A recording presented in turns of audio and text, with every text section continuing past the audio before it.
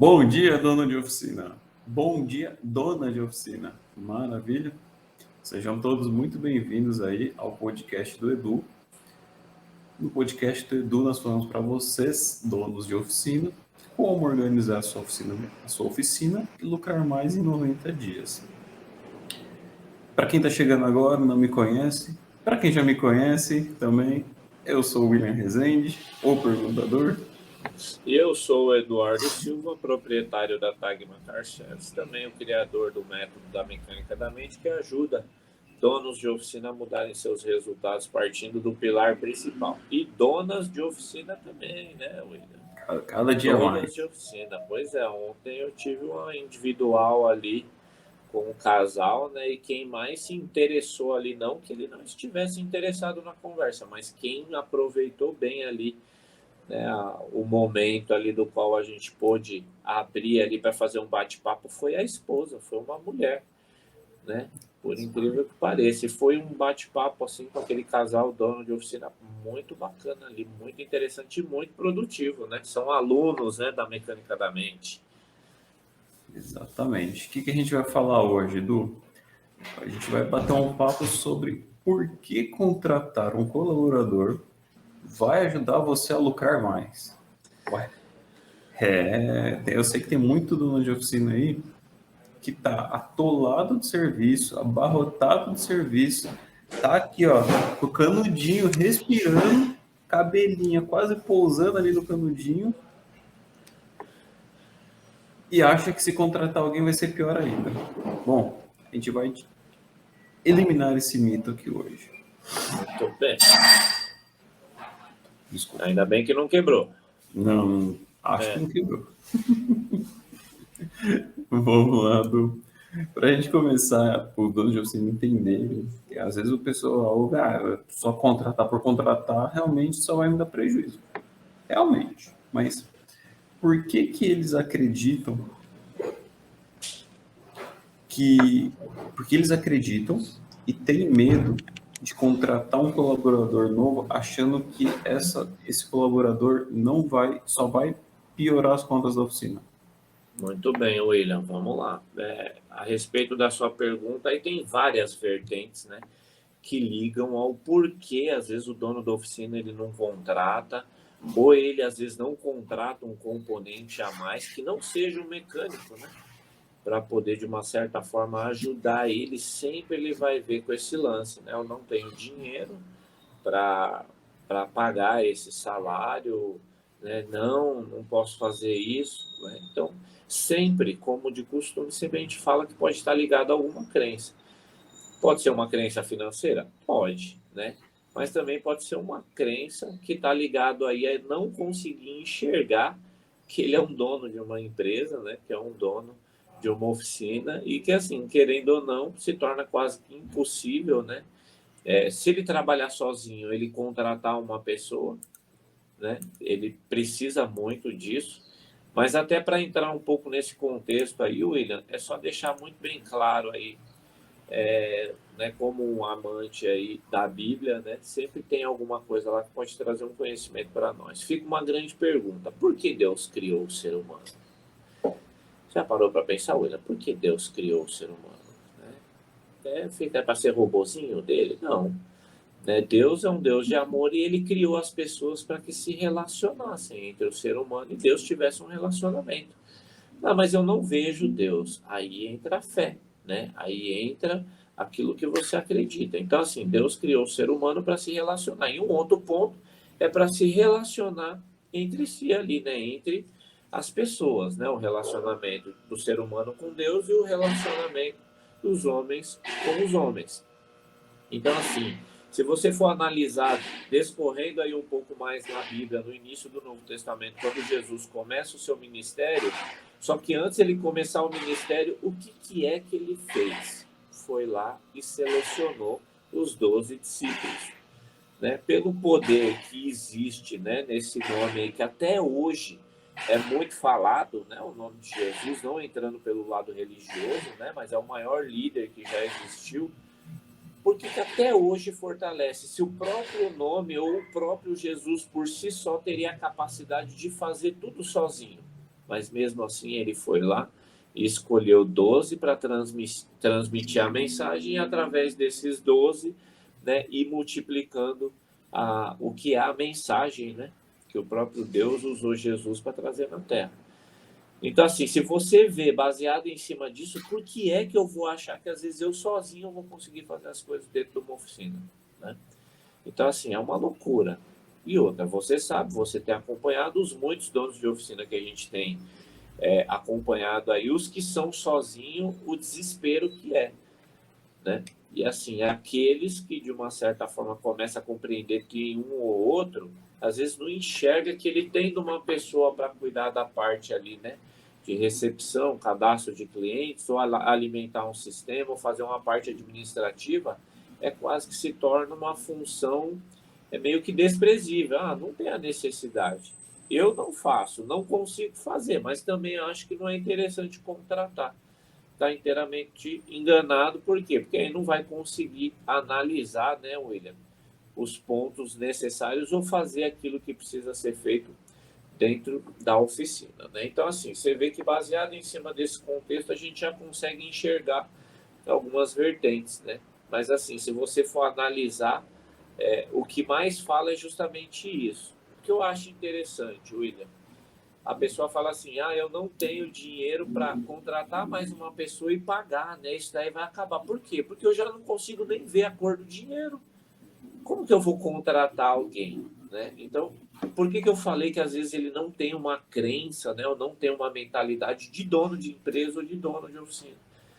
Né? Por quê? Porque ele já veio lá de trás com isso. E ele não consegue enxergar o benefício que uma pessoa pode trazer para aliviar para ele em determinados pontos, com o qual ele consegue produzir muito mais, com o qual ele consegue, né, olhar as estimativas, olhar os orçamentos ali com um carinho melhor e poder precificar da maneira correta. Não consegue enxergar isso, né? Sempre tem alguma coisa por trás. Agora, se ele se permite, né, abrir os olhos, abrir a mente para entender isso daí, aí eu vou falar para você. Aí estoura. E eu tenho um caso muito interessante, William. Quer fazer mais uma pergunta aí? Que aí eu falo a respeito desse caso bem interessante. Tá, eu tenho uma pergunta assim. Antes de você contar seu caso, eu vou contar. Não, eu vou deixar para o final, eu vou contar um caso que tem na minha família aqui próximo. Du, por que então? Beleza, deu para entender que o medo maior de contratar é realmente não ter dinheiro para pagar. Porque afinal, assim, a gente está falando com donos de oficinas aqui, que todos têm esse compromisso e vão honrar esse compromisso. Eu não vou, né? Todos que a gente conversou até hoje, eu não vi ninguém que. Primeiro, a gente já espanta, né? Na hora que a gente começa a falar assim, como que as coisas funcionam dentro da mecânica da mente, a gente já espanta esses donos de oficina que quer se aproveitar de outros, que não sejam honestos. Certo. Então, esse pessoal fica com medo de contratar por não ter dinheiro. Mas por que então? Agora vamos falar da parte boa, deu para entender. Você, dono de oficina que chegou aqui, se você não entendia o porquê que você não queria contratar alguém, era o medo. E a gente vai te ajudar a tratar esse medo. Vamos primeiro mostrar a parte boa disso aqui, Du. Então, por que quando você contrata um colaborador, ele vai te ajudar a lucrar mais? E agora, eu quero ser um pouquinho mais específico. Esse colaborador, basicamente, vamos imaginar o primeiro cenário daquele dono de oficina que trabalha sozinho, ou no máximo tem um ajudante. Quem que é esse colaborador que vai fazer assim, ó, o cara que está lá com a água acima da cabeça, respirando pelo canudinho, vai fazer ele colocar a cabeça para fora, assim, de uma vez por todas? Quem que é essa pessoa e por que ela vai te ajudar ele a fazer isso? Eu acho que de uma forma aí, né, através de uma metáfora, William, né, você fez uma colocação bem interessante, né? O que vai acontecer? Se o dono da oficina ele está afundando, é porque tem um monte de coisa que está fazendo com que ele afunde. Um monte de funções que está agregado a ele está fazendo com que ele afunde. Então, assim, se ele fizer uma contratação do qual possa ele ajudar, é um peso a menos que vai fazer com que ele suba, né? Vai tirar um pouco do peso das costas, né? O empreendedor, o empresário, o cara que tem essa mente realmente de fazer as coisas acontecer e ir para frente, uma das primeiras coisas que ele tem que pensar é em ter as pessoas certas nos lugares certos para poder desempenhar e conseguir fazer com que ele fique mais aliviado e aí sim ele consiga, né, desempenhar. Falando, né, já vou entrar com o meu caso aqui que eu comentei com você. Por exemplo, tem um dono de oficina, aluno da Mecânica da Mente, que ele, assim, ele trabalhava na indústria, né, que produz peças para a área da reparação automotiva, e aí ele resolveu assumir a oficina do pai. Ele não era mecânico, né? Ele tinha um conhecimento muito básico, mas ele resolveu assumir a oficina do pai. E aí o que aconteceu? Como uma pessoa que não tem conhecimento vai assumir uma oficina? Então foi justamente o que ele fez. Ele automaticamente já fez as contratações ali de 2 mecânicos. Ele fica ali na parte, só que ele não tem muita habilidade, não tem muita mentalidade, por isso que ele entrou na Mecânica da Mente para buscar uma ajuda, e ali ele consegue desempenhar e ter um faturamento razoável. Olha só, não é mecânico, assumiu uma oficina, né? Não é mecânico assim, tipo, num nível como a maioria dos donos de oficina são, né? Mas mesmo assim ele consegue tocar a oficina e já está há 3 anos ali, está tendo um resultado, né, mediano e já correu para buscar ajuda para poder potencializar isso daí. Agora imagina, se ele quisesse assumir a oficina e primeiro ele fosse aprender para depois. Eu já vi donos de oficina que assumiram ali troca de óleo, tem um aluno, né, com a esposa que herdou a oficina do pai também. Então, assim, eles começaram quebrando a cabeça, o marido aprendendo mecânica no dia a dia, fazendo serviço com ajudante, demorou muito para que eles pudessem, de uma certa forma, né, crescer mais. Então, você vê como isso é, tipo assim, se o cara não tem muita habilidade, ele vai ter que contratar, né? Se você for analisar e ele já entende, mas ele contratar para que algumas coisas que ele esquece, que parece que vem no pacote, né? Quando você assume uma oficina, tem algumas coisas que você não tem ideia, né? E aí, quando passa a viver no dia a dia, você vê. Então, é nessas horas que vai ser necessário uma contratação. Então, é justamente por esse motivo, William. O fato dele afundar é porque é como se fosse cada função ou cada setor da oficina fosse um saco de areia, né? Que está amarrado no corpo do dono da oficina. Ele está ali submerso. Então, ele tem ali vários sacos que estão amarrando ele. Então, aí ele pega, vamos fazer um exemplo aqui, aquele saco que representa ali o setor ali, né, para receber cliente, fazer cadastro, né, fazer cotação de peça ali, como se fosse uma secretária, é um setor. Se ele pega e tira esse setor dele e passa para uma outra pessoa, o quanto ele já não consegue subir? Por quê? Porque o dono da oficina fazer um diagnóstico, fazer um monte de coisa, depois ele lá tem que fazer cotação de peça, né? É quase que impossível. Ele vai se tornar aí qualquer dono de oficina pato, né?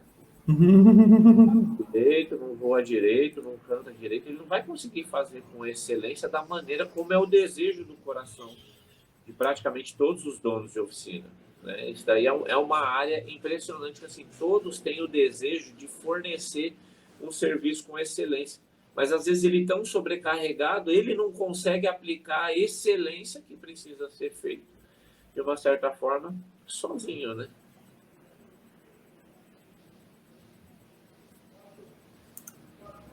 Na verdade, Du, muito bom dia, né?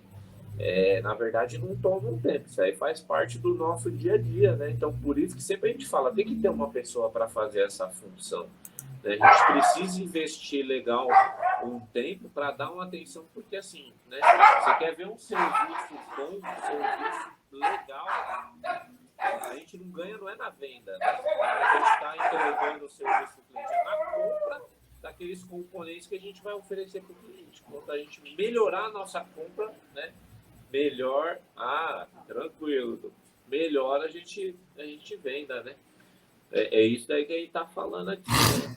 Você vê, esse daí, o Du, ele é o dono de oficina que ele está meio submerso. Aí eu creio que logo, logo ele já vai delegando algumas funções aí para outros setores para se tornar mais aliviado para ele conseguir respirar, tocar e continuar crescendo, né? A contratação, William, ela é um negócio que ajuda demais, né? Você vê assim, o desempenho no início, a gente conseguiu ter um desempenho legal quando começou aqui a Tagma, era eu e a Roberta, né? Então, A gente vai chegar lá. A gente vai chegar lá. Antes da gente ir para a próxima pergunta, nossa, começou a vir retorno aqui para mim, do. eu aproximei aqui do. Ah, então, o que acontece na minha família? Tem um, não é mecânica, tá? Mas é uma loja. Tem um familiar nosso aqui que ele tem uma loja de. E o que acontece? Ele e a esposa trabalhavam na loja. Só que aí, negócio físico, a gente sabe que tem a sazonalidade, aquelas coisas, igual a oficina. O que aconteceu? Começou a apertar as contas. O que um dos dois fez? Foi procurar um emprego em outro lugar para quê? Para pelo menos ter um salário fixo ali para pagar as contas e o que entrasse da loja era para pagar o resto, né? Legal. E aí o pensamento não estava tão errado. Só que olha só, abarrotado de coisa para fazer na loja, abarrotado de coisa para fazer onde estava trabalhando, não estava dando tempo para o quê? Cuidar do negócio. Porque ficou uma pessoa só lá cuidando agora, antes eram duas, ficou só uma. Aí se você, eu não cheguei a falar, deixar isso claro, mas se você chegasse para falar para a pessoa, olha, contrata alguém que vai te ajudar, ah, mas não vou ter dinheiro. Mas pare e pensa. Se você contratar uma pessoa, o Edu pode explicar isso daqui a pouco, ele vai explicar na oficina, eu só estou dando um exemplo de uma história. Se você contratar uma pessoa que todo o custo que ela gera, sendo CLT certinho, ou não sei se é possível fazer um MEI, no caso, prestador de serviço, para o setor dele, no caso. Esse custo que ele tem, a loja já pagar o custo dela e o dono só ter tempo para se preocupar com o estratégico da loja e começar a pensar em mais formas de agregar mais faturamento, não é muito melhor do que você ficar ali o tempo todo só na operação, só na operação, só na operação e não saber para onde ir, porque na hora que apertar você não vai ter tempo para saber para onde correr. É exatamente isso, William. Eu sempre vejo assim, essa questão do tático e do estratégico dentro da oficina, ele não tem a atenção que merece, né? A questão aí, que nem você falou, da sazonalidade. Eu sempre faço a pergunta, gente, quando você percebe, porque isso acontece, né?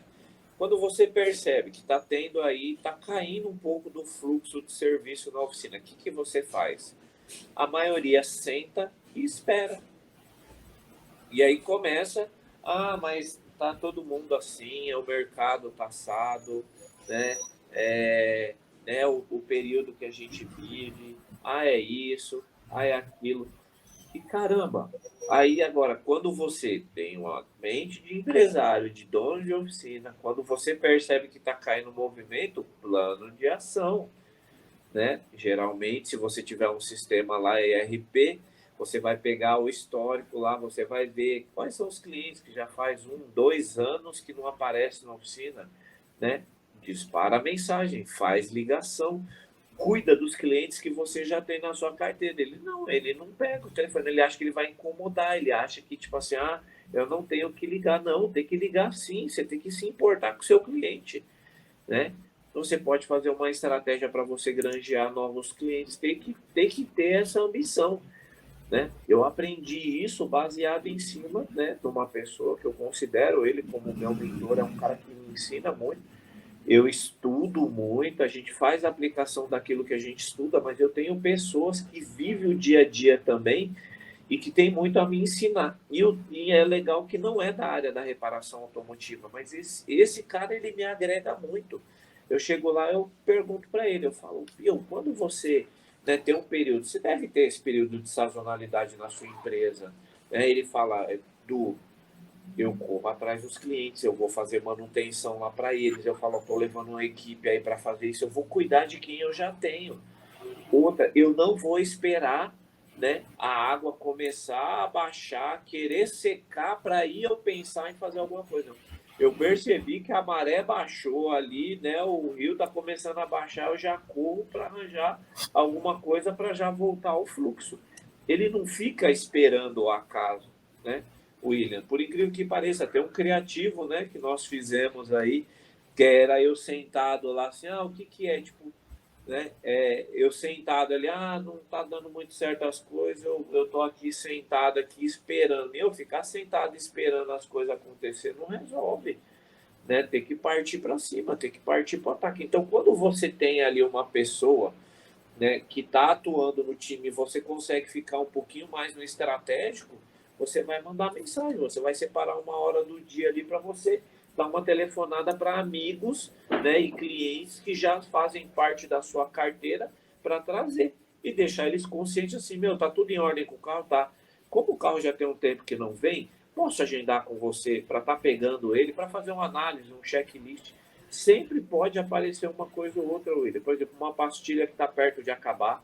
Aí você não vai esperar acabar para você fazer a troca. Você pode, né, de forma preventiva. Uma coifa rasgada, né? A coifa rasga, né? Se for uma coifa do lado da roda, o cliente só vai perceber isso quando já sumir toda a graxa, trabalhar seco, a hora que ele for esterçar, já estragou a ponteira homocinética. Então, através de uma situação dessa, você já pode trazer um benefício tanto para o cliente quanto para a empresa.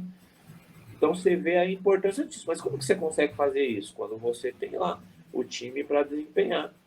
Outro ponto, William, muito importante a respeito aí, né? Por que o dono de oficina deve contratar? Né? Isso aí é unânime, tá? Isso aí é quase que 100%. Eu sempre pergunto ali nas palestras ou nos treinamentos que eu vou, que alguém me dá uma oportunidade para poder falar da mecânica da mente, eu pergunto: vocês estão aqui buscando conhecimento técnico para melhorar a capacidade, né, do desempenho técnico da sua oficina ali. Vocês estão corretos, certo? Certo. Qual que é a maior dificuldade, qual que é o maior desafio que você enfrenta dentro da sua oficina? É contratação, é dono de oficina. Eu falei, muito bem. Para fazer uma boa contratação, você precisa entender de pessoas ou para treinar e liderar pessoas. Quem aqui busca alguma coisa, né, algum treinamento, curso ou livro, para entender de pessoas aqui, levanta a mão. É praticamente 100% não levanta a mão, porque, tipo assim, quer por osmose que já venha o colaborador pronto para fazer aquela revolução mudar e ajudar ele. Né? Isso daí não vai acontecer nem no Fantástico Mundo de Bob. O período que nós vivemos aí, William, se não mudar essa chavezinha da reclamação de todo mundo e criar um sistema de treinamento dentro da sua oficina e fazer, né, esse ponto aí de treinar, né? Pega aí um jovem aí que está começando aí, você ensinar ele, ao invés de ficar reclamando e ficar sobrecarregado, né? Que reclamar e ficar sobrecarregado não vai resolver. Treina uma pessoa, né? Nós aqui na Tagma estamos com um rapaz em treinamento e está dando muito certo. Por que está dando certo, William? Porque nós temos um sistema de integração, a gente tem um treinamento que a gente passa, a gente tem um descritivo para quem entra para essa função, e em questão de 2 meses o rapaz está tendo um ótimo desempenho, e ele era um motoqueiro de autopeça.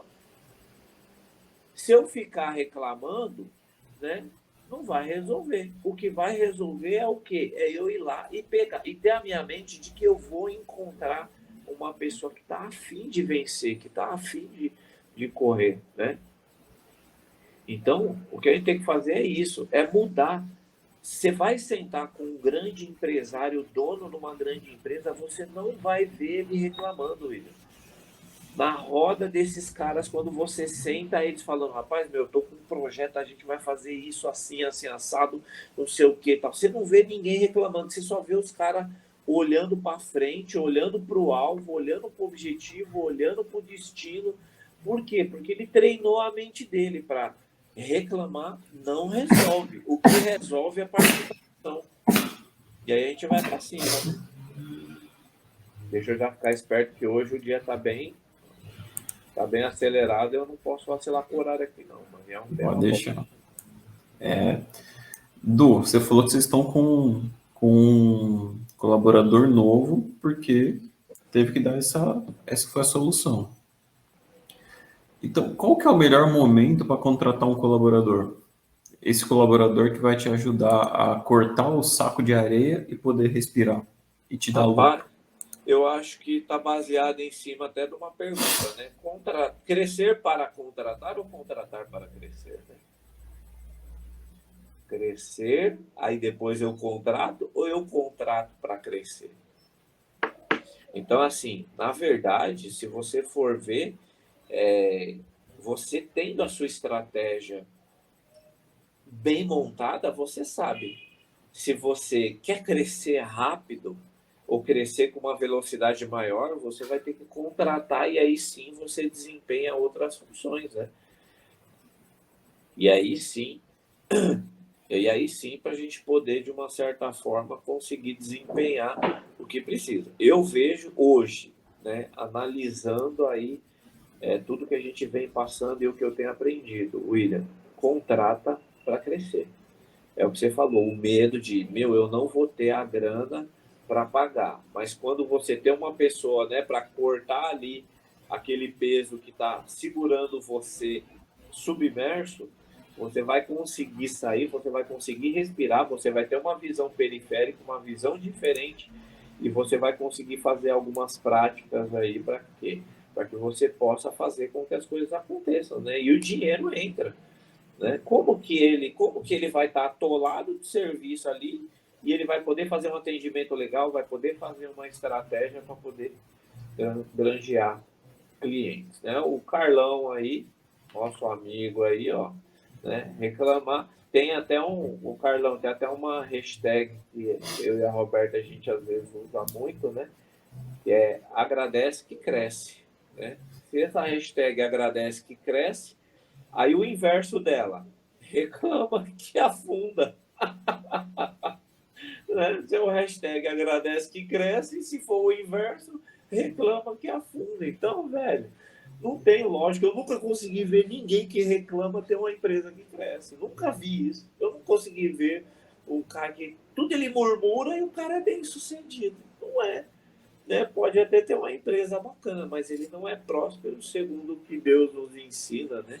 Prosperidade, ausência de necessidade, mas você também ter o suficiente também não é pecado você querer, né, crescer e poder ter mais, porque quanto mais você tem, o dono de oficina tem, como o dono de oficina tem um coração muito grande, a tendência sempre é ajudar, né? Você vê hoje alguns movimentos aí, né, de alguns amigos donos de oficina que cria essa ação social, porque o dono de oficina ele tem um coração grande, né? Primeiro você cresce, se ajuda, ajuda a sua família, aí você pode ajudar as outras pessoas, porque não adianta nada você querer ajudar outras pessoas que E têm não dor se de... ajudar. Exatamente. Que aí tá lá perdendo família, trabalhando de sábado, domingo sem parar, trabalhando até tarde. Quando você cresce, você vai ter dinheiro para comprar aquelas ferramentas que eu sei que vocês gostam muito de comprar, poder escolher a escola que o filho vai estudar, poder tirar semana de férias, que eu sei que a família gosta disso, dar a qualidade de vida, de poder levar para comer num restaurante, poder levar para... Gente, é muita coisa que vocês podem fazer que eu sei que vocês querem fazer. Então, Mas, quando cresce, você também pode proporcionar isso para os colaboradores também, né?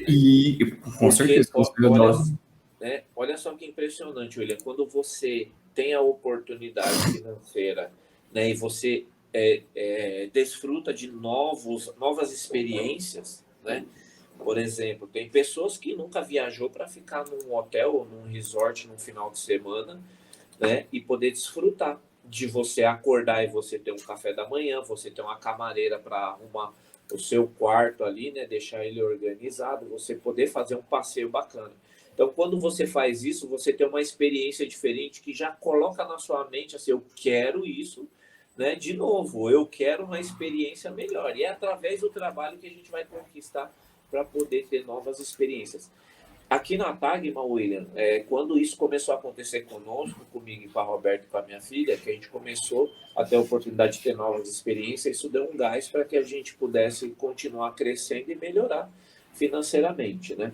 E só que assim, quando a gente tem os colaboradores que a gente vê, né, que a gente tem um time muito legal, a gente começa a desejar isso para eles. Então assim, como que a gente começou a fazer? Todo ano a gente leva eles, né, como confraternização de fim de ano, todo ano a gente leva num lugar melhor que o ano passado. Por quê? Para eles começarem a desfrutar, né, de uma situação que eles nunca vivenciaram. Então, assim, por exemplo, no último ano, a gente foi, né, fizemos um jantar de confraternização num restaurante ali no Alphaville, né, uma loja de carnes excepcional, né? Levei eles para comer carnes que eles nunca comeram na vida. Então, assim, você precisa de ver a alegria que eles ficaram. Por exemplo, vinha um ancho. Meu, nunca comeram um ancho. Desfruta disso daqui, uma picanha argentina. Né? Então, isso trouxe, assim, uma energia para eles. Por quê? Porque eles, caramba, meu, eu não sabia que existia um lugar desse. Então, cria o desejo deles de melhorar. E aonde é que eles vão melhorar, William? É dentro do ambiente de trabalho, é buscando conhecimento, né? Então, isso daí, assim, as experiências novas que eu tive, eu entendi que seria interessante eles vivenciarem isso também. Para quê? Para que eles, sem dúvida nenhuma, pudessem ter aquela garra, aquela vontade de continuar crescendo. Se eu quero continuar crescendo, eu vou precisar das pessoas que cresçam junto comigo. Então, assim, como? É trazendo, né, programações na mente deles aí para que eles possam crescer.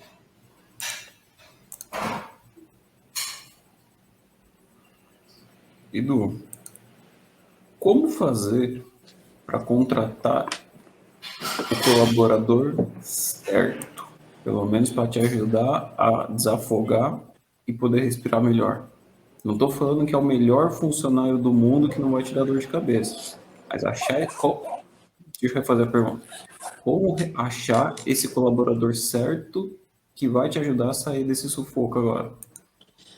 Ô, William, acho que aí o ponto inicial aí seria a gente falar, né, um outro dia sobre contratações, né? Mas assim, meu, eu tô sobrecarregado, eu tô saturado, né? O primeiro ponto é você fazer, né, um organograma ali, em cima de você, o que é que tem ali que está te deixando tão sobrecarregado, né? E você começa a escrever.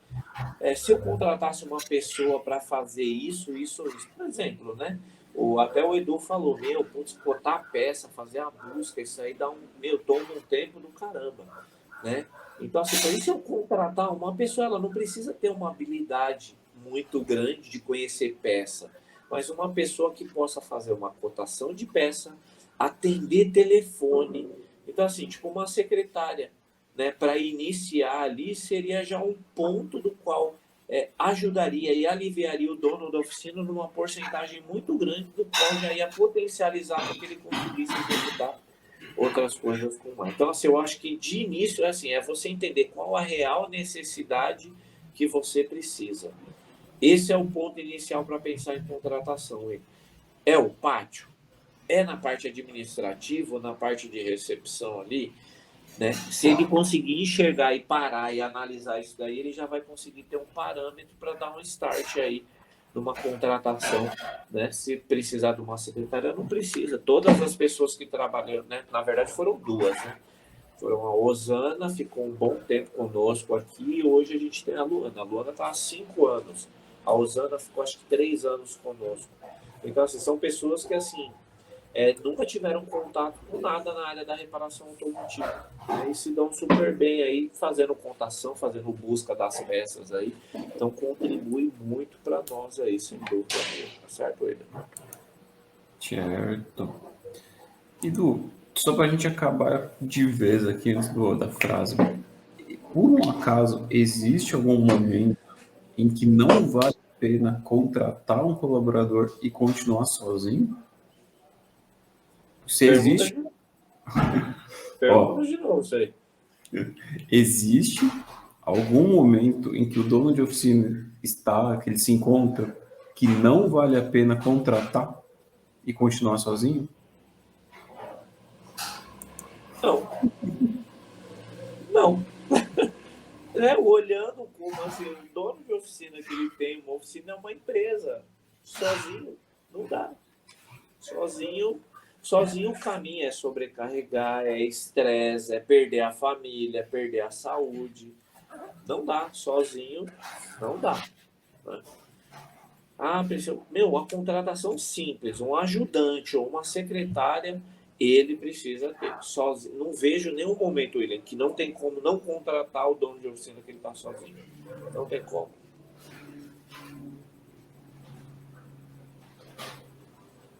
Concordo. Agora sim.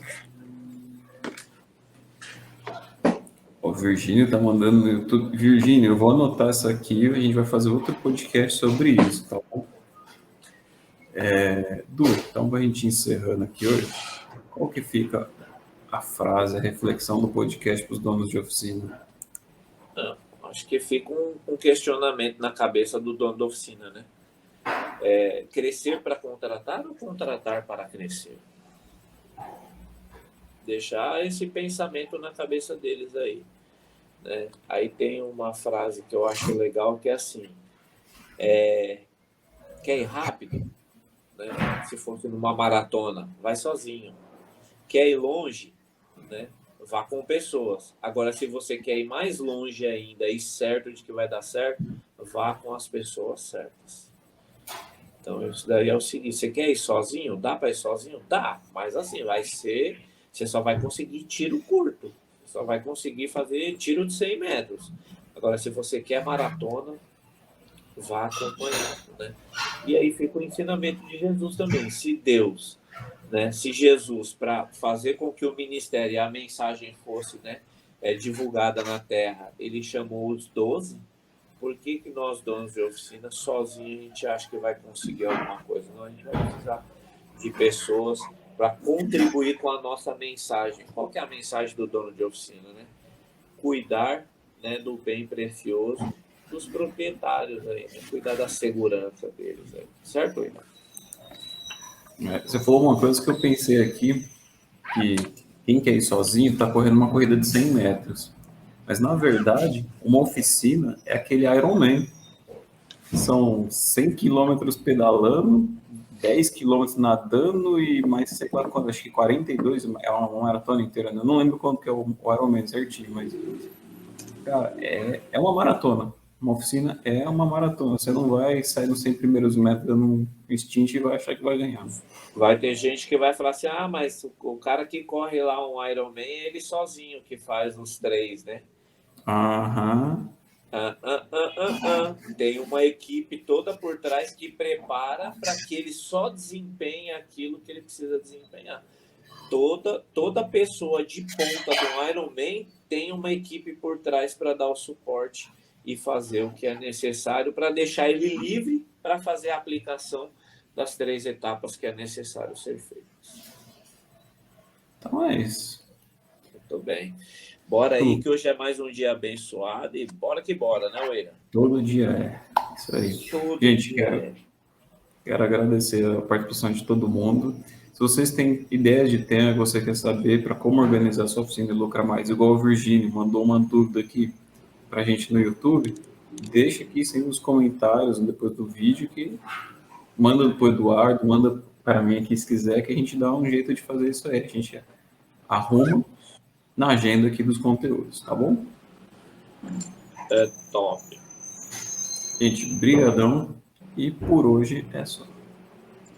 Valeu, pessoal. Deus abençoe. Ótimo dia para você.